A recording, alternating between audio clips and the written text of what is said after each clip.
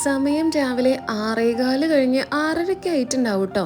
അപ്പോൾ വേഗം തന്നെ മാർക്കറ്റിലേക്ക് ഇങ്ങനെ ചാടിക്കതച്ച് ഓടിപ്പോകണതിൻ്റെ കാര്യം എന്താണെന്ന് വെച്ച് കഴിഞ്ഞാൽ, നമ്മളിപ്പോൾ അധികം അച്ചാറുകളില്ലേ നമ്മൾ ഉപ്പിലിട്ടത് ഉണ്ടാക്കാൻ പോകുന്നുണ്ടായിരുന്നു. അപ്പോൾ അതിന് മുന്നോടിയായിട്ട് കുറച്ച് സാധനങ്ങളൊക്കെ വാങ്ങിക്കാൻ വേണ്ടി മാർക്കറ്റിലേക്ക് ഇറങ്ങിയതാട്ടോ. രാവിലെ എന്ത് രസം അറിയോ മാർക്കറ്റ് കാണാൻ വേണ്ടിയിട്ട്. നല്ല ഫ്രഷ് ആയിട്ടുള്ള പച്ചക്കറികൾ എല്ലാ സ്ഥലത്തുനിന്നും ഓരോരുത്തർ ഇവിടുന്ന് വാങ്ങിക്കൂ, മോളെ ഇതാ ഇവിടെ ഇത്രയുണ്ട്, ഇത് വേണോ അത് വേണോ എന്നൊക്കെ ഇങ്ങനെ ചോദിച്ചുകൊണ്ടിരിക്കും കേട്ടോ. പുളിങ്കുരു ഒക്കെ ഇല്ലേ, പുളിങ്കുരു ഒക്കെ സെയിൽ ചെയ്യുന്നുണ്ട്. ഞാനത് ആദ്യമായിട്ടാണ് കേട്ടോ കാണിക്കണതല്ല കാണണത്.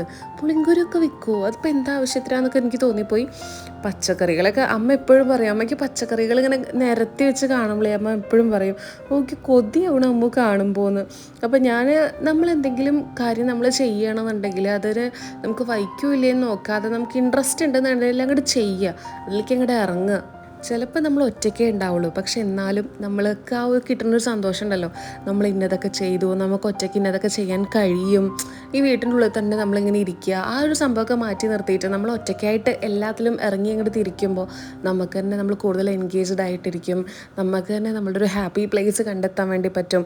എല്ലാ പച്ചക്കറികളും ഇപ്പോൾ നമ്മളിപ്പോൾ ഒരു ഓർഡർ കൊടുക്കുകയെന്ന് വിചാരിക്കുക, ഇപ്പോൾ മാർക്കറ്റിലൊക്കെ പോയിട്ട് 2 കിലോ മാങ്ങയൊക്കെ വേണം എന്നുള്ളത് പറഞ്ഞു വെച്ചിട്ട് നമുക്കിപ്പോൾ വീട്ടിലെത്തിക്കുകയാണെന്നുണ്ടെങ്കിൽ ഏത് തരം മാങ്ങയോ ഇല്ലെന്നൊന്നും നമുക്ക് പറയാൻ പറ്റില്ല. പിന്നെ അത് മാറ്റാൻ വേണ്ടി പോകണം, പറയാൻ വേണ്ടി പോകണം.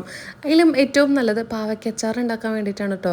8 കിലോളം പാവയ്ക്ക വാങ്ങിയിട്ടുണ്ടായിരുന്നത്. ഇത് പിന്നെ കുറച്ച് ദിവസം മുന്നേ പോയ വീഡിയോ ആണ് കേട്ടോ. അതുകൊണ്ട് പാവയ്ക്കച്ചാറും മാങ്ങാച്ചാറും നെല്ലിക്കച്ചാറും എല്ലാം റെഡി ആയിട്ടുണ്ട്. ഇപ്പോൾ നമ്മൾ തന്നെ തൊട്ട് നോക്കി വാങ്ങിച്ചിട്ട് നമ്മൾ ഉണ്ടാക്കുമ്പോൾ നമുക്കൊരു സംതൃപ്തിയാണ് അല്ലേ.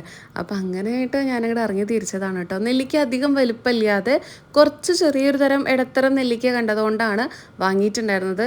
ഞാനിട്ട ഡ്രസ്സിൻ്റെ ഈ ഒരു ടോപ്പിൻ്റെ ലിങ്ക് കിട്ടുകയാണെങ്കിൽ റൈറ്റ് സൈഡിൽ മേലെ ടാഗ് ചെയ്യുക. 300 അത്ര സംതിങ് രൂപയായിട്ടേ ഉള്ളൂ കേട്ടോ.